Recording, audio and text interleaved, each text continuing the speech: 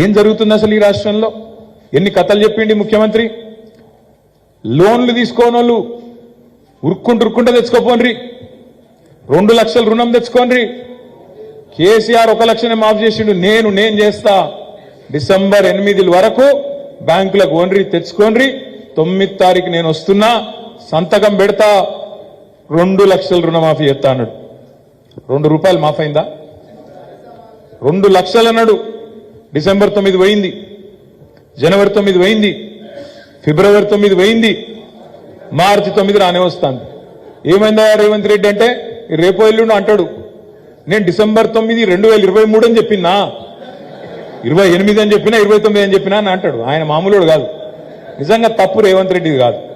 నిజంగా రేవంత్ రెడ్డి గారిని అభినందించాలి. ఒక విషయం రేవంత్ రెడ్డి గారిని ఒక విషయంలో అభినందించాలి. ఏ విషయంలో? ఆయన చాలా స్పష్టతలో ఉన్నాడు. ఎంత మంచిగా చెప్పిండు ఆయన.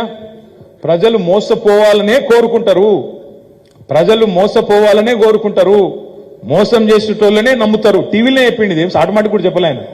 మోసం చేసేటోళ్ళనే నమ్ముతారు, కాబట్టి మేము మోసపు మాటలే చెప్తాం, మోసపోతే మీ కర్మ అన్నాడు. అందుకే ఇప్పుడు నేను అక్కడ పోయినా, నేను రామలక్ష్మణులపల్లి అని ఒక ఊరు ఉంటుంది ముస్తాబాద్ మండలంలో, ఆడికి పోయినా.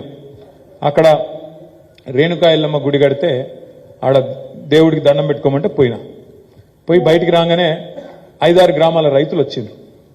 కొండాపూరోళ్ళు, పదిరోళ్ళు, రామలక్ష్మణుల పల్లెళ్ళు, ఆ చుట్టుపక్కల గ్రామాల రైతులందరూ, హరిదాస్ నగర్ వాళ్ళు, అందరు ఆవునూరు వాళ్ళు, వాళ్ళందరూ వచ్చిండ్రు. వచ్చి అన్న పంటలు ఎండిపోతాయి, పొలాలు ఎండిపోతాయి, జర నీళ్ళు ఇప్పి అన్నారు. ఏం చెప్పాలి నేను వాళ్ళకు? పొలాలు ఎండిపోతాయి, నీళ్ళు ఇప్పి అని అడిగారు. నేను ఒకటే అన్న వాళ్ళని, మీకు యాదికుందా? కేసీఆర్ ఉన్నప్పుడేమో ఏప్రిల్ నెలలో ఎర్రటి ఎండల్లో నర్మాల చెరువు అలుగు దుంకుతుండే, మీకు యాదుకుందా అని అడిగిన. మరి ఇప్పుడెందుకు అయితే లేదు, ఇప్పుడెందుకు దుంకుతలేవు చెరువులు అలుగులు అని అడిగిన. పాపం తెలియదు వాళ్ళకు.